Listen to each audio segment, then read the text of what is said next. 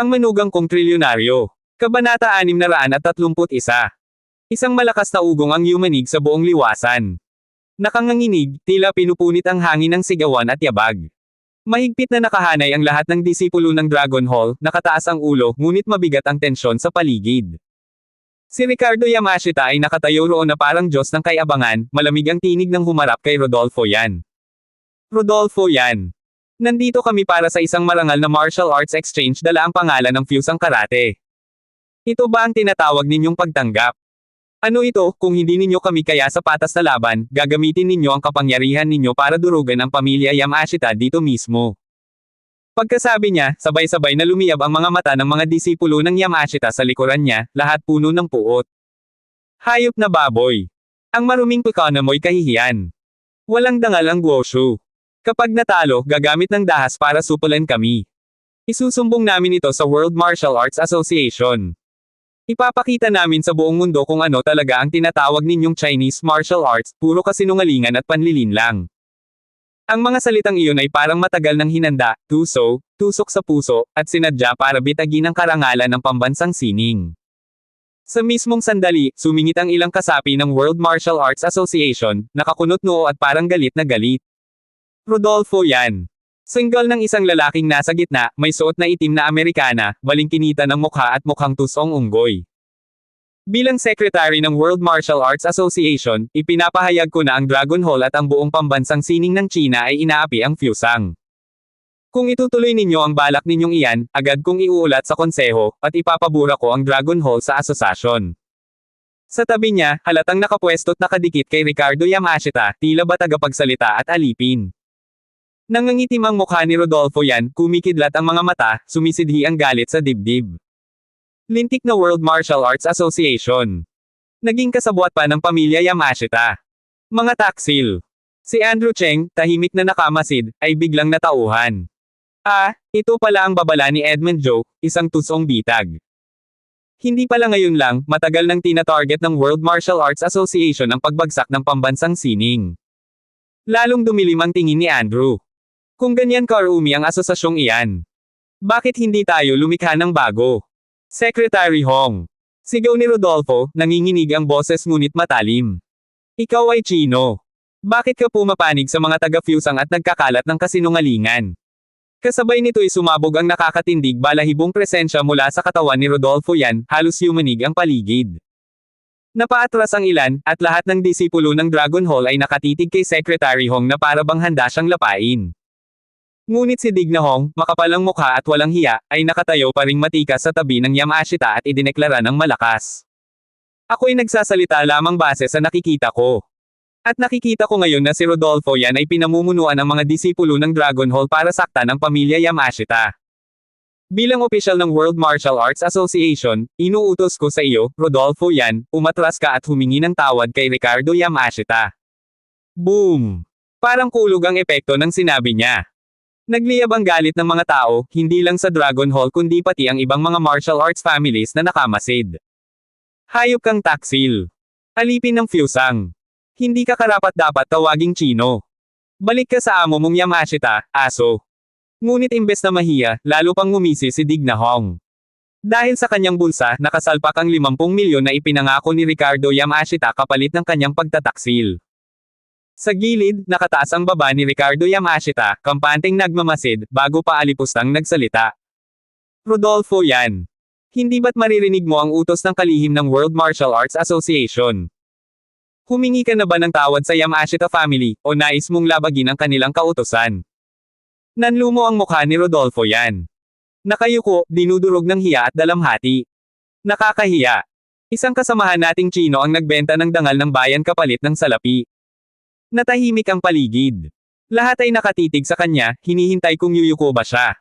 Kung susuwayin niya ang World Martial Arts Association, tiyak na matatanggal ang Dragon Hall, mawawalan ng pagkilala, at pagbubulungan bilang rebelde ng buong mundo ng martial arts. Master Yan, huwag mong gawin. Hindi ka maaaring yumoko. Ikaw ay haligi ng pambansang sining. Hindi ka maaaring humingi ng tawad sa mga Yamashita. Ngunit sa harapan, si Ricardo ay nakangising aso, sigurado na sa tagumpay. Napapikit si Rodolfo, at dahan-daang yumoko ang kanyang baywang. Hanggang Tama na, master yan. Isang kamay ang biglang humawak sa kanyang balikat, matatag, mariin, itinuwid siya. Napatingin ang lahat, halos sabay-sabay na natigilan. Si Andrew Cheng, nakatayo sa tabi ni Rodolfo, isang kamay nakasuksok sa bulsa, ang mga mata ay malamlam ngunit nagliliyab ng tapang. Ikaw ay isa sa mga kinatawan ng ating pambansang sining. Ang gulugad na iyan, kailanman, hindi dapat yumuko. Nanginginig ang katawan ni Rodolfo yan. Tama. Ang gulugad na ito ang gulugad ng buong bansa. At hindi niya ito maaaring baluktutin. Anong lakas ng loob mo? Sigaw bigla ni Digna Hong, tumuturo kay Andrew. Ikaw na hindi kilalang hamak, may karapatan ka bang makialam sa usapin ng World Martial Arts Association? Ngumisi si Andrew, bahagyang itinaas ang kilay, sa kamarahang nagsabi. Ako'y isang simpleng Chino lamang. Walang hiya. Sigaw ni Hong.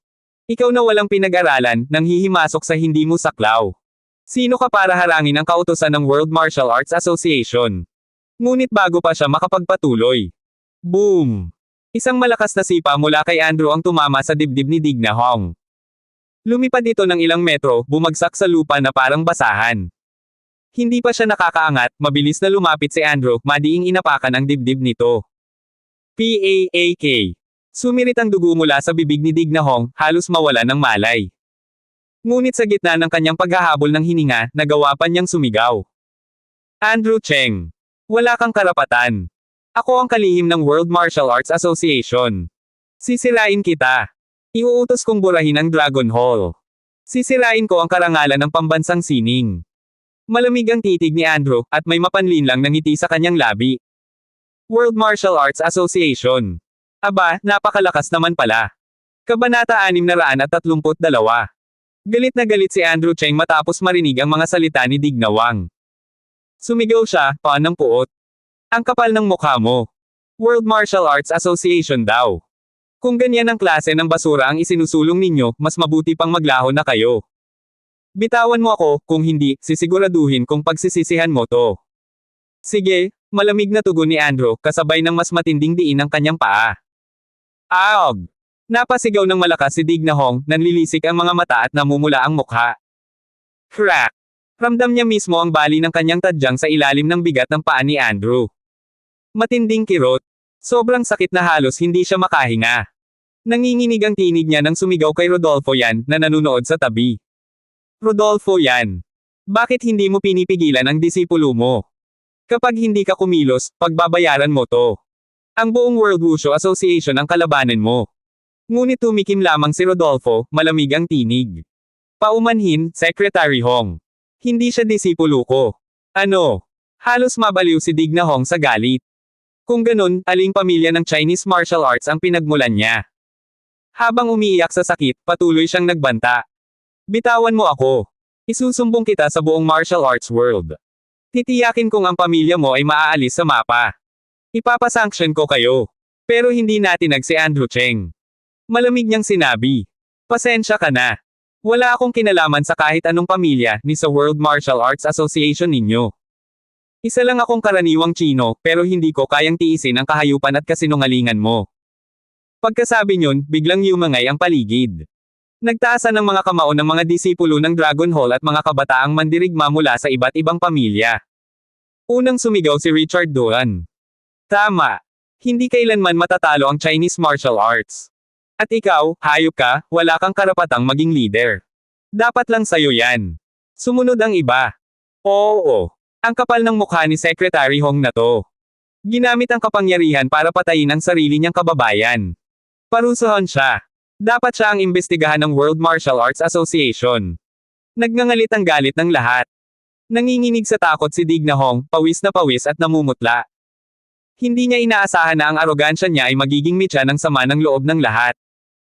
Mabilis na sumugod ang ilang disipulo ng Guosho families at pinaghahampas siya habang nakahandusay. Array! Tama na. Huwag sa mukha ko. Ngayon, mukha na siyang daga sa gitna ng lansangan, binabato at tinatadyakan ng lahat. Samantala, nanlilimahid ang mukha ni Ricardo Yamashita. Hindi niya akalaing mauuwi sa ganito ang sitwasyon. Mga lapastangan. Single niya. Si Digna Hong ay panauhin ng aming pamilya sa Fusang Mountain. Ginulpi ninyo siya, isa itong insulto hindi lamang sa amin, kundi pati na sa World Wushu Association. Nagnitngit siya, pinagahampas ang kanyang manggas at umatungal. At ikaw, hamak na bata. Paano mo nagawang sakta ng taong kagalang-galang? Ako mismo ang magtuturo sa'yo ng leksyon. Bigla siyang sumugod, mabilis ang kamao na diretsyong nakatutok kay Andrew Cheng. Napasigaw si Rodolfo yan, tumakbo para hadlangan ang suntok. Ricardo Yamashita. Huwag kang manggahas. Maging si Liza at Joe ay napasigaw, nanlalamig sa kaba. Andrew, lumayo ka. Pero kalmado si Andrew, nakatayo lamang na parang poste, walang bahid ng takot. Boom! Nagbanggaan ang kamao ni Ricardo at ni Rodolfo. Lumayo ka, Rodolfo yan. Sigaw ni Ricardo, muling sumugod para suntukin si Andrew. Ngunit bago pa tumama ang suntok. Roar! Isang malakas na alulong ng lobo ang umalangaw-ngaw mula sa pasukan ng bulwagan. Parang kulog na yumanig sa puso ng lahat. Ang kanang Yamashita. Paano nyo nagawang sakta ng kagalang-galang na siyang Master Cheng? Hindi nyo ba iginagalang ang presensya ni Edmund Joe? Isang figure ang dumating, puting-puti ang kasuotan, at ang presensyang dala niya ay parang bundok na bumagsak sa gitna ng lahat. Hinarang niya ang kamao ni Ricardo sa kalahating dipa mula sa dibdib ni Andrew. Hindi na ito umusad pa. Edmund Joe. Ang mga mata niya ay kasing lamig ng yelo sa buwan ng Marso. Sa kanyang bisig, namumukol ang litid, parang halimaw na lobo na handang manila.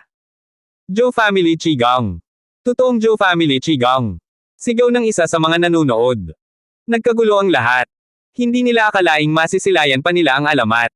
Sa isang iglap, itinulak ni Edmund Joe si Ricardo ng ilang metro palayo. Ha! Napasinghap ang lahat. Kahit nasa edad 80 na, napakalakas pa rin ng matandang ito. Ang Guoshu ay may pag-asa pa. Kahit si Ricardo Yamashita, sa kabila ng yabang, ay hindi nagawang itago ang bigat ng presensya ni Edmund. Subalit ngumisi pa rin siya ng malamlam. Kung ganyang lakas ang ipinapakita ni Master Joe, sapat na upang maging karangalan ang aming paglahok dito. Ngunit agad siyang binalaan ng matanda. Panauhin kayo sa aming lupain, pero huwag niyong mamaliitin ang sining ng aming bayan. Nakangising sagot ni Ricardo. Oo nga, pero paano na ang kinabukasan? Sa loob ng isang siglo, may mananatili pa bang Guoshu? O malulunod ito ng mga banyagang martial arts? Napatigil ang lahat. Alam nilang may katotohanan ang sinabi niya. Pait at lungkot ang bumalot kay Edmund Joe. Kahit anong pagsisikap niyang ipamana at ipalaganap ang Guoshu, mas marami na ang lumilihis sa tradisyon. Ngunit biglang sumabat si Andrew Cheng, malamig at malalim ang tinig. Ang kinabukasan ng Guoshu ay hindi niyo problema. Ang tanging masasabi ko, mananatili itong nakatindig sa tuktok ng mundo. At ang mga tagapagmana nito ay higit pa sa inaakala ninyo. Tumindig siya ng tuwid, matalim ang tingin. Kung may alinlangan kayo, kung hindi kayo kontento, magtayo kayo ng entablado. Iharap ninyo ang lahat ng mandirigma mula sa Fusang, o kahit ng buong mundo. At ako mismo ang tatanggap sa hamon. Ang sining ng aming bayan ay tatayo, habang ang sa inyo ay babagsak. Kabanata 633. Katahimikan. Ang dating maingay na bulwagan ay biglang napuno ng nakakabinging katahimikan. Lahat ng mata ay sabay-sabay na tumutok kay Andrew Cheng, hindi makapaniwala, nanlilisik, at naguguluhan. Anong klaseng kay-abangan ito? Kaninang sinabi niya, isang hamon na magtayo ng entablado upang kalabanan ang lahat ng mandirigma mula sa iba't ibang panig ng mundo. Isang bagay na imposible, nakamamangha, at para sa iba'y kahibangan. Sino ba siya? May karapatan ba siyang kumitawan sa buong sining ng pambansang Guoshu? Maging ang mga mandirigmang mula sa bansang Hibiscus ay agad nagumigting ang mga mata, malamig ang titig na nakatutok kay Andrew. Isang leader mula sa kanila ang mapang-asar na ngumisi. Baliw na lalaki. Ikaw ba'y may karapatang magsalita para sa buong pambansang sining? Ang kapal ng mukha. Una na kaming hindi pumapayag sa sinasabi niyang laban kontra sa karate. Sigaw pa ng isa. Paano niya nasabing kaya niyang hamanin ang lahat ng sining ng iba't ibang bansa? Nakakahiya. Agad na sumiklab ang ingay ng mga akusasyon, umaalingaw-ngaw ang galit ng mga Fusang warriors. Ang mas masakit, kahit ang ilang alagad ng mga pamilyang Chino ay nanahimik lamang, ayaw makialam, at ang iba pa'y palihim na nagtatawanan. Pasensya na, hindi namin siya kilala. Wala siyang karapatang kumitawan sa sining ng buong bansa, mapangot siyang sabi ng isa. Troublemaker. Dahil sa kanya, baka magalit ang lahat ng martial arts forces sa ibang bansa at madamay pa tayo. Dagdag pa ng isa. Sa gitna ng kaguluhan, tumayo si Dignahong, nanginginig ngunit galit na galit, sabay turo kay Andrew Cheng. Bastos kang hayop ka. Pinahiya mo ako sa harap ng lahat. Tandaan mo, ako ang sekretaryo ng World Martial Arts Association. Iuulat ko ito, sisirain ko ang Dragon Guild Hall at pati ang buong Guoshu ninyo. Halos mabaliw siya sa galit. Hindi niya naranasan sa buong buhay niya na lapastanganan ng ganito. Ngunit bago pa siya makapagsalita ng muli, isang malamig na tinig ang biglang umalangaw-ngaw. Walang hiya ka, Dignahong. Isa ka lang na sekretaryo ng World Martial Arts Association. May karapatan ka bang pagbintangan si Young Master Cheng? Napatigil ang lahat. Dahan daw ang tumindig si Edmund Joe, malamig ang ekspresyon, parang bundok na gumuhit sa gitna ng bulwagan. Nanlamig si Dignahong. Ngayon lang niya napansin, si Edmund Joe pala ay nakatayo mismo sa tabi ni Andrew Cheng. Diyos ko, siya ang kasalukuyang chairman ng World Wushu Association. Bagamat nakatakdang magretiro sa susunod na taon, ang bigat ng kanyang pangalan ay higit pa sa sinuman sa bulwagan. Agad na nagbago ang kulay ng mukha ni Dignahong. Ngumisi siyang pilit, halos mamatla. Joe Chairman? Kayo pala'y narito. Ngunit si Edmund Joe ay malamig lamang na tumikim. Lahat ng ginawa mo ay nakita ko. Simula ngayon, tinatanggal na kita bilang sekretaryo ng asosasyon. Boom! Parang gumuho ang kalangitan. Isang iglap, nag-ingay ang lahat ng tao, hindi nila inakalang kaya niyang sibakin ang isang sekretaryo ng walang pag-aalinlangan. Nang inig si Dignahong, tuluyang lumuhod, umiiyak at nagmamakaawa. Chairman Joe, mali ako. Patawarin ninyo ako. Huwag ninyo akong tanggalin, kakainin ako ng mga kaaway ko kapag nawala ako sa posisyon. Pero malamig pa rin ang tugon ni Edmund Joe. Maghanda ka. Ipapadala ko agad sa asosasyon ang iyong pagtanggal. Umalis ka ngayon din. Sa takot, halos madapa si Dignahong habang nagmamadaling tumakbo palabas. Hindi niya na kayang tumingin pa pabalik para siyang aso na tinadyakan palabas ng bulwagan. Samantala, lalong nagdilim ang mukha ni Ricardo Yamashita. Hindi niya inaasahan na haantong dito, na mismong si Edmund Joe pa ang gagalaw. Sa tabi niya, tumayo si Christopher Yamashita, at mayabang na nagtanong. Master Joe, totoo ba ang sinabi ng lalaking iyon?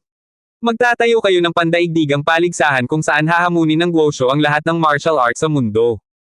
Kung natatakot kayo, parusahan na ninyo ang hambog na yun ngayon din. Sumangayon ang lahat ng mandirigma ng Fusang, mula karate, aikido, hanggang judo, sabay-sabay na humiyaw, tinutuligsa si Andrew Cheng. Para sa kanila, wala itong katuturan. Imposibleng manalo ang Guoshu. Kahit nga sa kanila, talo na. Ngunit si Andrew Cheng ay nanatiling kalmado, parang walang naririnig. Lumapit si Edmund Joe at mahigpit ang tono. Young Master Cheng, ang paligsahang ito ay hindi biro. Maaaring magdulot ito ng kaguluhan. Ang totoo, kakaunti lamang ang mga kabataan sa ating bansa na kayang lumaban. Kaya patuloy tayong tinitingnan ng ibang bansa na mahina. Ngunit mariin ang sagot ni Andrew Cheng, malamig ngunit puno ng kumpiyansa. Walang dapat ipag-alala. May plano ako. Itayo natin ang ring, hayaan silang lahat ang maghamon. Nagningning ang mga mata ni Edmund Joe. Sa isang iglap, naisip niya ang posibilidad. Hindi ba't ang ibig mong sabihin ay? Napangisi si Andrew Cheng, at matalim ang titig na tumagos sa lahat. Alam mo na ang sagot. Biglang umangat ang dibdib ni Edmund Joe. Nayanig siya, at agad ding nabalutan ng kasabikan ang kanyang buong katawan. Kung totoo nga ang iniisip niya, kung ang mga iyon ay lalabas upang ipaglaban ang Guoshu, walang sinumang bansa ang makakatalo. Diretsong tumindig si Edmund Joe, tinig na parang kulog. Ako, si Edmund Joe, bilang chairman ng World Wushu Association, ay nagpahayag ngayong gabi, sa loob ng 7 araw, ang Guoshu ay magtatayo ng isang world competition. Kung may hindi sang-ayon, dumating kayo at maghamon. At kung sakaling matalo ang Guoshu, kusang loob kaming atres sa World Martial Arts Association. Boom! Ang anunsyo ay parang kidlat na kumalat sa lahat ng sulok ng mundo. Mabilis itong naitala, naisalin sa 12-dosenang wika, at kumalat na parang apoy sa internet at sa bawat pamilyang martial arts. Mula sa sandaling iyon, ang pangalan ni Andrew Cheng ay umalangaw-ngaw, hindi lang sa China, kundi sa buong mundo. Isang baliw na binata, bulong ng marami. Ngunit ang iba na may nanginginig, dama ang nalalapit na bagyo. Sa isang lihim na pulong ng mga kilalang pamilya ng Guoshu, nagtanong ang ilan. Sino ba talaga ang Andrew Cheng na yan? Bakit siya mismo ang pinaniniwalaan ni Master Edmund Joe? Kabanata 634. Isa lang yang payaso na pinabubura ng iba. Akala ko pang ang magsasalita siya para sa buong taga-China. Ang ating mga pambansang sining ay hindi naman ikinukumpara sa ilang pamilyang sining ng Fusang. Tama yan. Si Edmund Joe pala, nagpakalat ng gulo, at naglatag ng isang pandaigdigang paligsahan. Panalo na ang Guosho sa kahihiyan. Sana nga'y kilala ko yung batang iyon. May sigla at tapang talaga siya, bihira ang ganoong talento. Kalokohan. Kung mababagsak natin ngayon, siya na ang kasalanan ng buong bansa. Kumikislap ang usap-usapan sa mundo ng sining pangkatawanan. Usok ng panlalait, bulong ng paghuhusga. Ngunit iilan lang ang nababahala, at ang ilan naman ay hindi pa rin makapaniwala.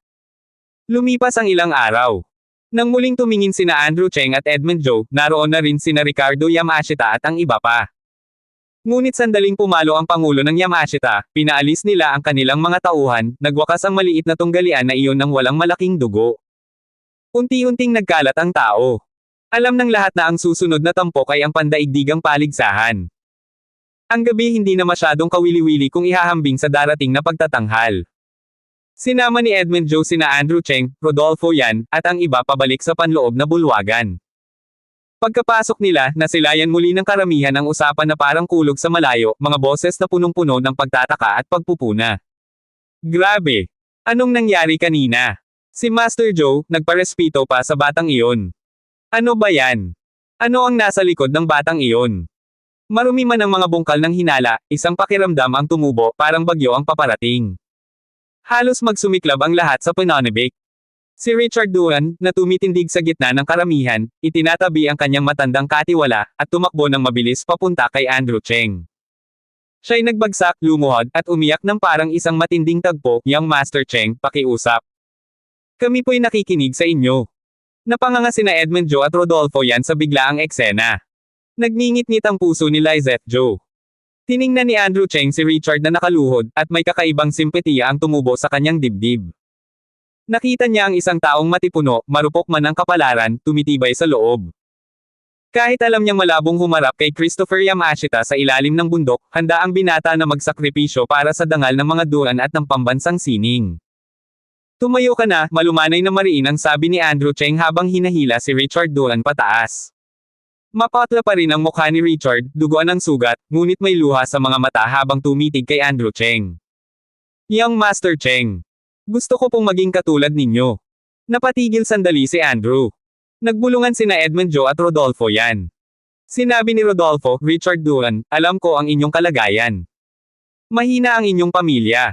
Kahit pagpapalakas lang, baka hindi kayanin ng pamilya ninyo." Pumulapad ang pag-asa sa mga mata ni Richard.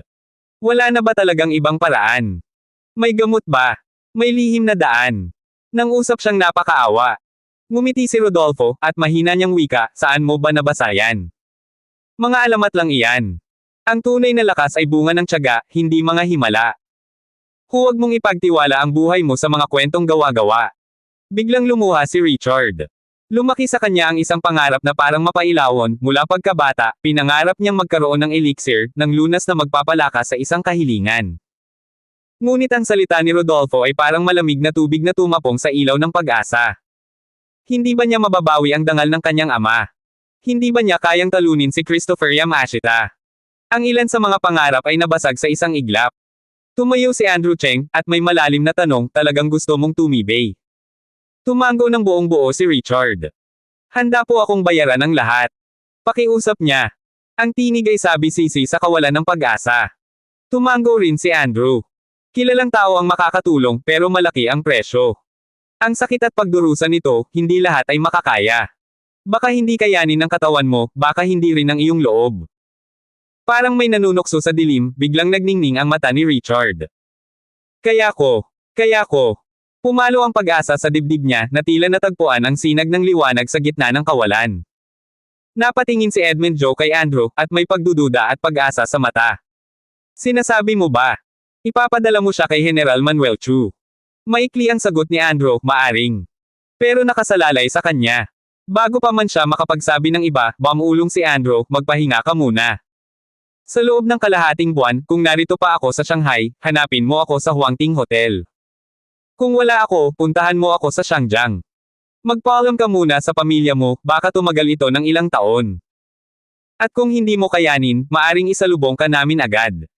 Puno ng pasasalamat, yumuko si Richard at buong galit na nagpasalamat, maraming salamat, Young Master Cheng. Nagningning ang mga mata ni na Edmund at Rodolfo. Para sa kanila, isang bintana ito, isang pagkakataon upang makalapit kay General Manuel Chu. Kung magbunga ang paglago ni Richard sa loob ng 3 o 4 na taon, baka hindi na siya ang mahihinang anyo na dati nilang kilala. Ngunit sa gitna ng pagpag-asa, sumulpot ang isang tinig na puno ng pagmamataas at panlalait mula sa kalayuan. Hoy! Hindi ba yan ang aking kawawang ikatlong kapatid? Narinig ko na pinagtangkaan mo si Christopher Yamashita at nabuhay ka pa. Wow! Napakapalad mo. Naglalakad ang isang binatang naka-designer na damit, may kasama pang napakasiglang babae na napupuno ng aling-aling na mga hiyas. Tumitig si Richard, at parang isang apoy ang pumailan lang sa dibdib niya. Napunla ng puot ang mga kamao niya. Carlo! Napaikit sigaw si Richard, at parang tatag niyang inipon ang sarili. Ang taong ito ang pangalawang anak ng pamilya Duan, ang kapatid na half-blood. Si Richard ay anak ng ikalawang asawa kaya mababa ang tingin sa kanya. Simula nang magkaroon ng aksidente ang kanilang ama, naging malungkot at magulo ang bilog ng Duan. Ang panganay ay abala sa paghabol sa yaman at kapangyarihan. Ang pangalawa naman ay ginawang malulong sa luho. Nang mawala ang ama, unti-unting napabayan ang tunay na mga damdamin at usapin ng pamilya. Tumawa sina Carlo Duan nang may kahalayan at hinampas ang pisngi ni Richard, isang malakas na pulmade na nag-iwan ng pulang marka.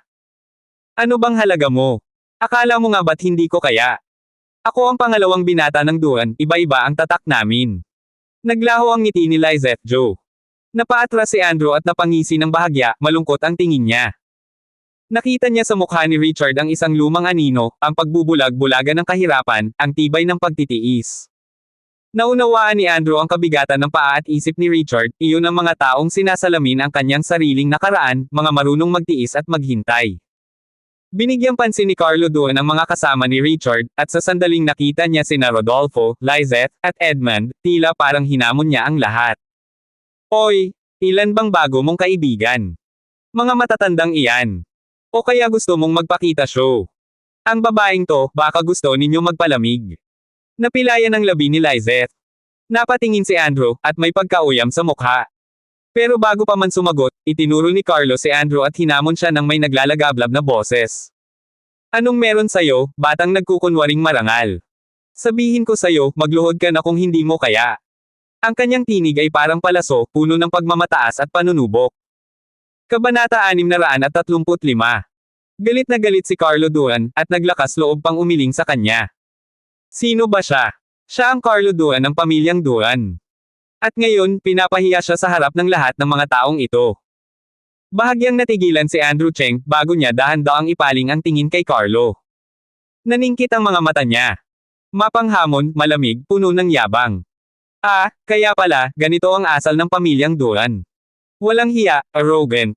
Hindi nakapagtataka kung bakit si Richard palagi nalang binyo bully at kinukutya.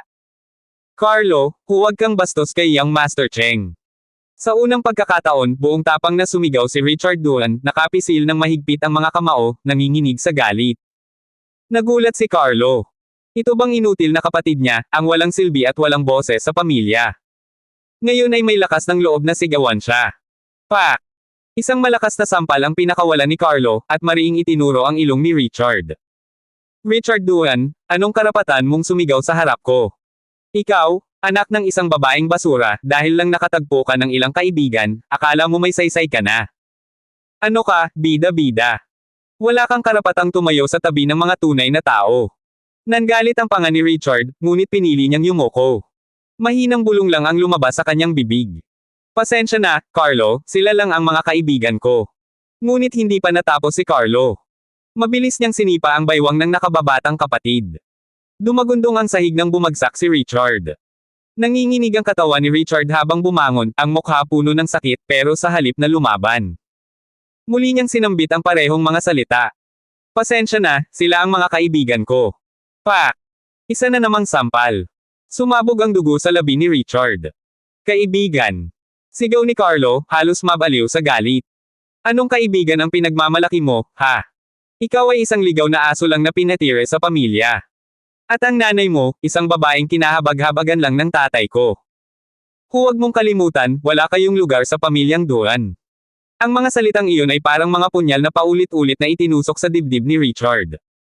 Nanginginig ang kanyang kamao, bumaon ang mga kuko sa laman, at ang kanyang mga mata ay nagdilim. Hanggang sa, tama na. Isang nakabibinging sigaw ang lumabas sa kanyang bibig. Namumula ang mga mata niya, puno ng luha at galit. Carlo Duran. Pwede mo akong hamakin, pwede mo akong saktan, pero huwag mong babuyin ang pangalan ng nanay ko. At sa unang pagkakataon sa kanyang buhay, suntok ang isinagot ni Richard. Ngunit nakangisi si Carlo, tila inaabangan iyon. Isang mabilis at mabigat na counterpunch ang inihanda niya, diretso sa dibdib ni Richard na tila ba nais siyang patayin sa isang bugzo. Nakita ito ni na Edmund Joe, Rodolfo Yan, at higit sa lahat, ni Andrew Cheng. Alam nilang walang awa ang suntok na iyon. Boom! Isang katawan ang tumilapon at bumagsak sa sahig, walang malay. Nagulat si Richard. Nakita niyang siya ay nakatayo pa rin. At ilang hakbang sa unahan niya, nakasuksok ang kamay sa bulsa, nakatingin ng malamig sa sahig. Si Andrew Cheng. Yuyang Master Cheng. Habol hiningang bulalas ni Richard. Bahagyang tinapik ni Andrew ang balikat ng binata. Magaling. Ang hirap magtimpi, at mas mahirap ang bumangon. Ngayon, tumayo ka bilang isang tunay na lalaki. At dahan-dahan siyang lumapit sa dogwang si Carlo, na ngayon ay nalalayan ng kanyang babaeng kasama. Galit na galit si Carlo, nanginginig sa hiya. Hayop ka. Sino ka ba para makialam sa usapang pamilya ng mga Duen? Gusto mo bang mamatay? Humalaklak si Andrew, malamig at mapanlait. Pamilyang Duen. Karapat-dapat pa ba kayong tawaging ganoon? Kung buhay pa si Romualdo Duran, tiyak na masusuka siya sa pagkakaroon ng anak na kagaya mo. Nangangitim ang mukha ni Carlo. Bastos. Ang pamilyang Duen ay haligi ng Chinese martial arts. Kahit si Edmund Joe ay yuyuko sa amin. At ikaw? Sino ka ba para magyabang sa harap ko? Lalong bumigat ang katahimikan sa paligid. Si Richard ay namutla, habang sina Edmund Joe at Rodolfo Yan ay nagdilim ang mga mata. Ang lahat ay ramdam na ramdam ang kapahamakan na darating. Ngunit nagpatuloy pa rin si Carlo, hindi alintana ang panganib. Sabihin mo nga, ikaw ba ang iniidolo nilang Andrew Cheng? Ha! Huwag mo akong lokohin. Kahapon lang, personal akong sinalubong ni Master Edmund Joe. At ikaw, isang hamak na walang alam na bata. Tila sumabog ang bulkan sa katahimikan. Nanlamig ang paligid. Nanginginig sa galit si Edmund Joe, halos lumabas ang kanyang ugat sa sentido. Samantalang si Liza at Joe, na nasa gilid, ay nakangiti ng mapanukso, pinagmamasdan ang kahihiyan ni Carlo. At doon, eksaktong pumasok ang ilang pinuno ng mga kilalang pamilyang martial arts, sabay yuko at sabay-sabay na nagsalita. Pagbati, Master Joe. Pagbati, Master Yan. Lahat ay nagulat. Lahat ay nagkatinginan. At si Carlo Duran. Natulala. Nakahinto ang kanyang paghinga. Unti-unting napagtanto ni Carlo ang nakahihiyang katotohanan. Na ang mga taong tinutuligsan niya, ay mismong mga haligi ng martial arts na iginagalang sa buong bansa. At sa susunod na segundo, isang parusang hindi niya malilimutan ang ibabagsak sa kanya. Pangan ang mga susunod pang kabanata ng Ang Manugang Kong Trilyonaryo. For more updates, please subscribe to my YouTube channel and don't forget to like and share. Thanks for your support.